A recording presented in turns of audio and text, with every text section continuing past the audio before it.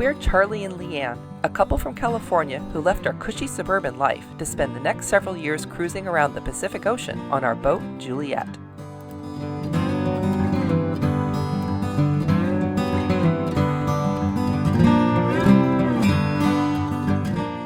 And our little dog, too. In this episode, we continue Tech Talk on Juliet about our lithium iron phosphate battery upgrade project. Last week we posted part 1, in which we reviewed why we did this to begin with, why we picked these batteries, and we walked through our installation. Charlie talked about the benefits of LiFePO4 technology, reviewed the components involved, and then actually did the installation.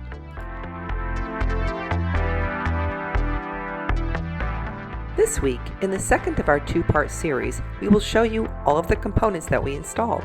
Then we hit an unexpected snag. Once we worked that out, we talk through how we configured our 3 charging sources. Charlie will then do a detailed project retrospective. And then, time to celebrate! Well, this is pretty much the finished product. We've got the new lithium iron phosphate batteries installed in this battery box. We've got them held together with these stainless steel rods and this piece of plywood to help compress the cells and hold them in place so that they don't move around. We've got the new design includes just these 2 big positive cables going to the fuse. This is a T-class fuse, 400 amps. Each of the battery packs has a 300 amp terminal fuse on it to help protect these wires, and then this 400 amp fuse protects everything else beyond. We have a couple of monitors on the batteries, temperature monitors and voltage sensors for the solar chargers, the alternator, and the Magnum inverter charger. The battery management systems are here, and these are the Bluetooth dongles so that we can read all the data from the batteries on mobile devices. And they've all been configured, and it's really nice that you can read that data. Down here we go from the fuse to a new bus bar, and it's on this panel here where it's kind of out of the way but yet easy enough to get to. We also added a switch, a 1-2 both or off switch, which controls power to the house distribution panel and the inverter charger. So if we need to do any servicing, we can turn either the house distribution panel off from up here or turn off the power to the inverter.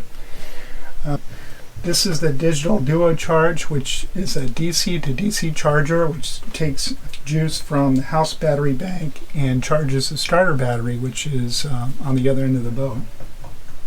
And then this is the shunt. The shunt is part of the Magnum inverter charger, and it has all the current flowing through it. So it can tell how many amps are coming in from charge sources, as well as how many amps are being used by the boat. And this helps you do a good job of managing what's going on with the batteries. Anyway, that's about it. I'll do some cleaning up. We labeled most of the cables. I'll label the remaining ones later today. And very happy with how it came out.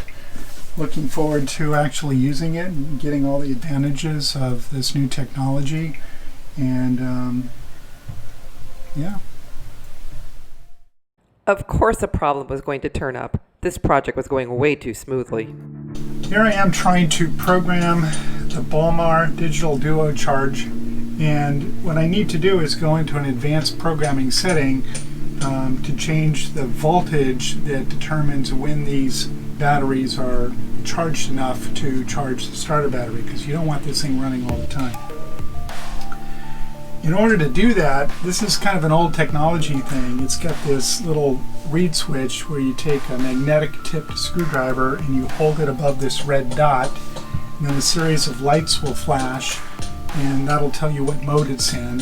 And then you tap it, and it'll go through a sequence of programming settings, and then you follow the instructions to figure out what voltage to pick based on the colors and numbers of lights that are lit. So the voltage I'm looking for is the first green light, the third green light, and the last amber light. When those are lit, then I lift it up and that'll set it to the proper voltage.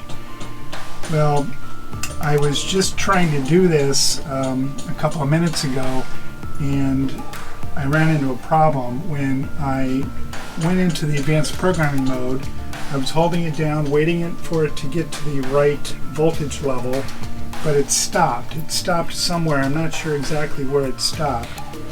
And then I lifted up the pin, which I think caused it to save the setting.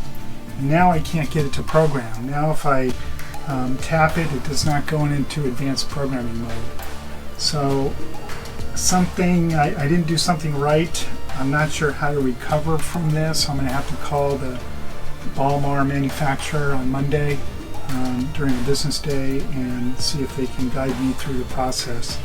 But it's really very tricky because you're looking at this thing pretty much upside down, trying to follow instructions here that are very detailed while you're looking at different colored LED lights.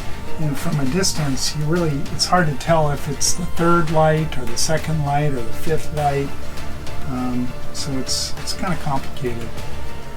I'm hoping we can get this to recover and get back to the point where I can program it correctly.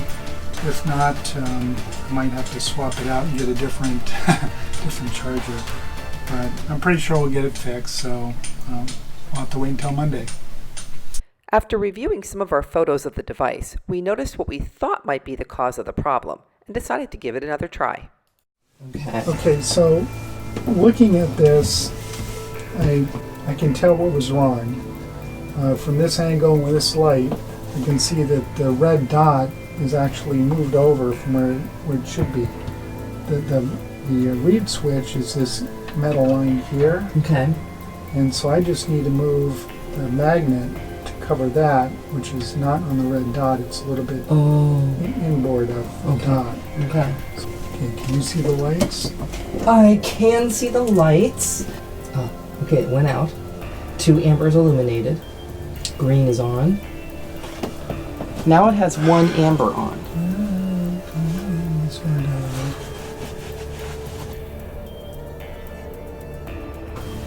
And then, can you reset it? Yeah. Yeah? I think so. Oh, wait a minute.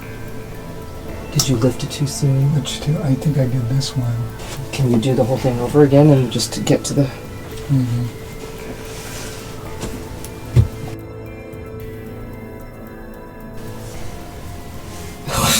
Oh, that's something new. Now they're all flashing like Christmas lights. Number 3 green. That was it. Goes dark. Said, oh yeah, you got 1. Okay, do it again. Keep holding. Not yet. That's right. Okay, you'll have 2 more. 1 more, and then let go. Not yet. That's it, I think. I think so. Okay.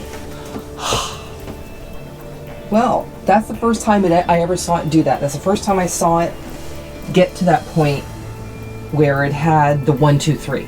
So I don't know what you did right that time, but it worked. Success! Yes. All right. Boy. If you've ever seen the movie Apollo 13, this reminded me of that scene when they had to do a manual burn.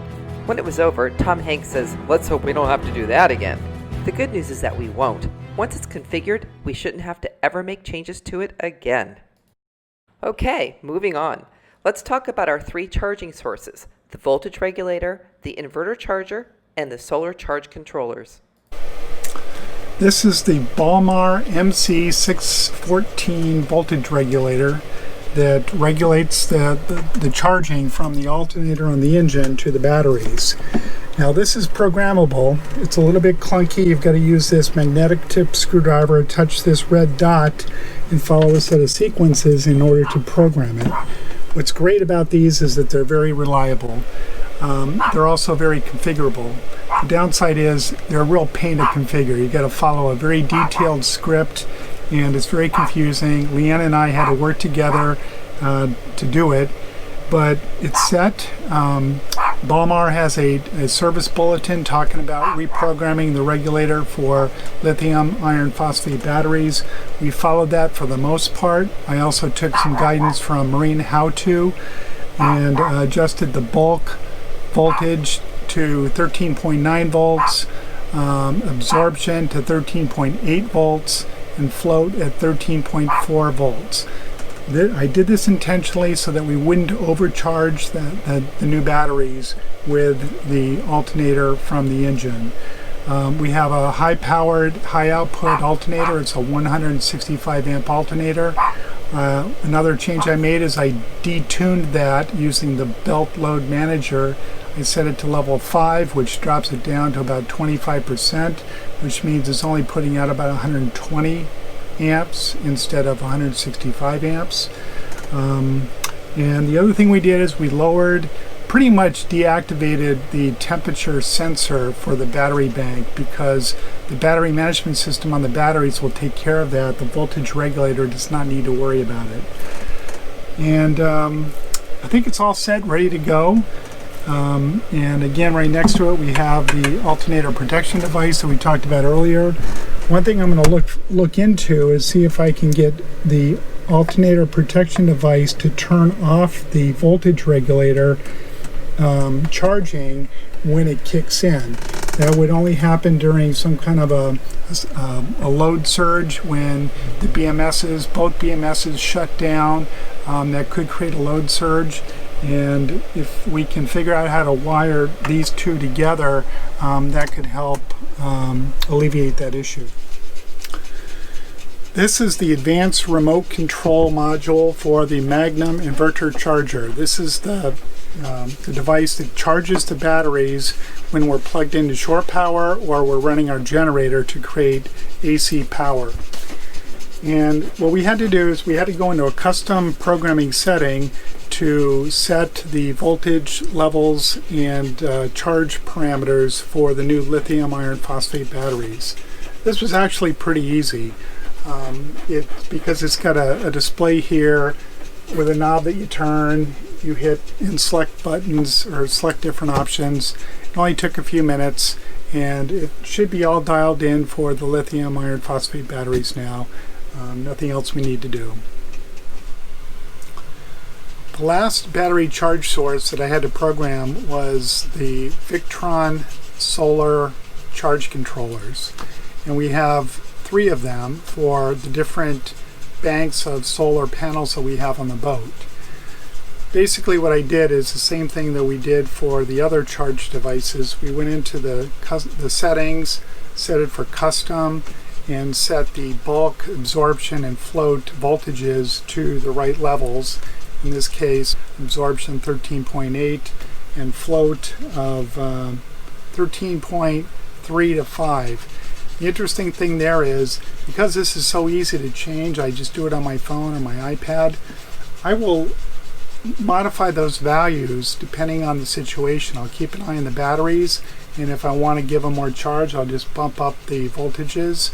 If they're doing fine, I'll lower them. But the main intent here is that I want the house batteries to not ever get overcharged. I want to keep them, up around 90%, maybe a little bit more if I want to do some balancing between the cells. And then, we'll use them throughout the day and at night, work them all the way down to maybe 20-30%. And then the next day, the solar panels will kick in and start throwing in a lot of current to bring them back up to charge. I'm really looking forward to seeing how this all plays out. But I've been watching it for a couple of days now, and it's working great. When I come down in the morning, the battery's around 90% stated charge. Of course, we're not living on the boat right now, so once we are and we're running the refrigerator and the electronics and the lights and the computers and cell phone charging, it'll use a lot more juice. But again, I can use this to better manage the amount of charge that goes into the batteries to prevent them from ever being overcharged.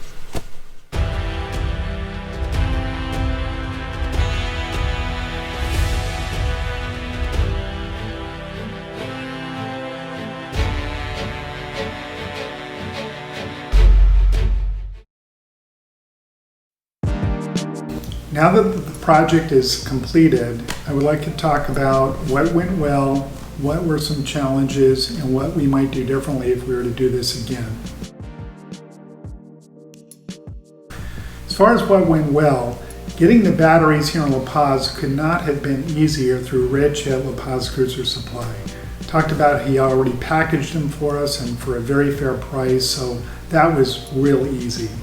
The second thing is redoing the cabling by the battery box turned out to be a real big improvement.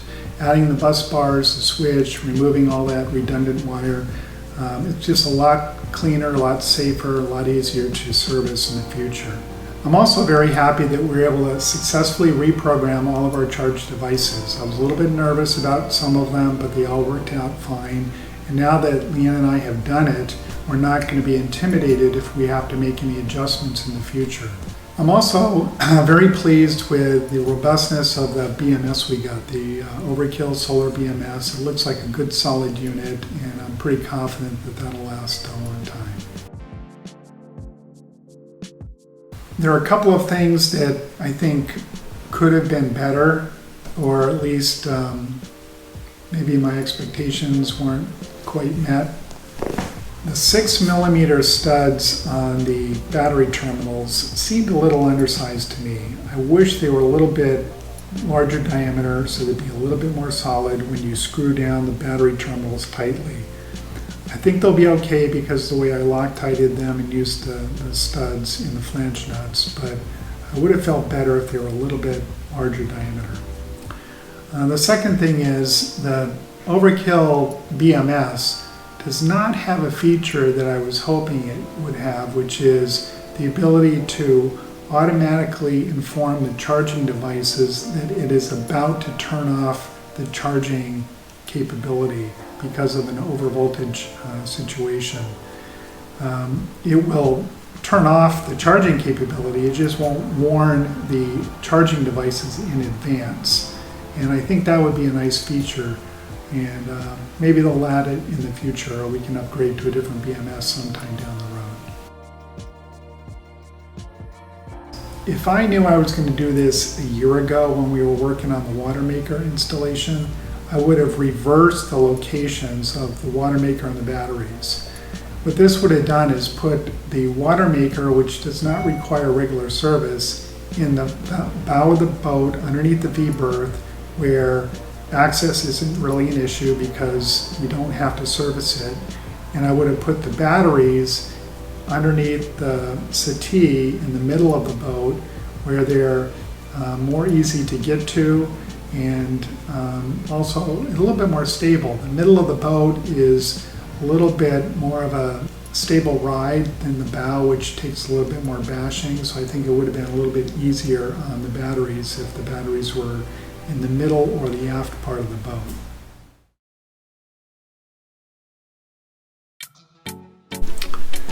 We made a couple of improvements since last week. The first thing we did is we took the alternator protection device, which used to be mounted underneath where I'm sitting, and we moved it right under here where it's more visible. And also we moved it here because we added a buzzer or an alarm that goes off when the alternator protection device kicks in. And this way we can hear it better because the buzzer is right next to it. The other thing we did is we installed where I'm sitting a toggle switch that will turn off the alternator. So if we're doing a long run of the engine for many hours or many days and the batteries are fully charged because the alternator's got them fully charged, I can turn off the alternator. Or if we want to use the radio and the alternator is making some noise, we can turn off the alternator and very easily turn it back on. I can show you how easy it is to get there. All we have to do is remove the two cushions.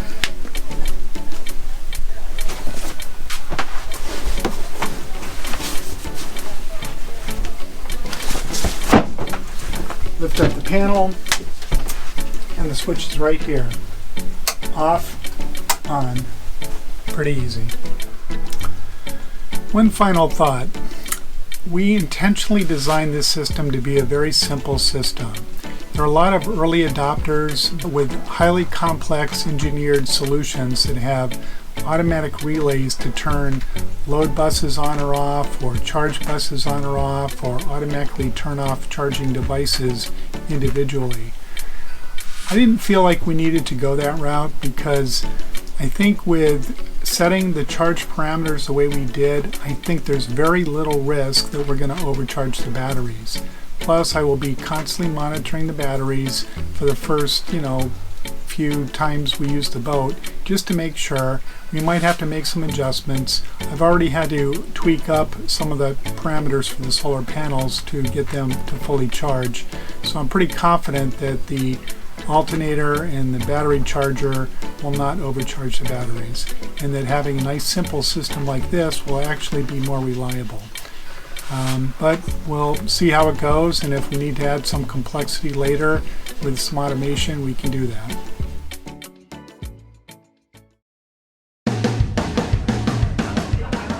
Now that our big project is done, we can think of no better way to celebrate than with a visit to our favorite restaurant in La Paz, El Mesquite Grill.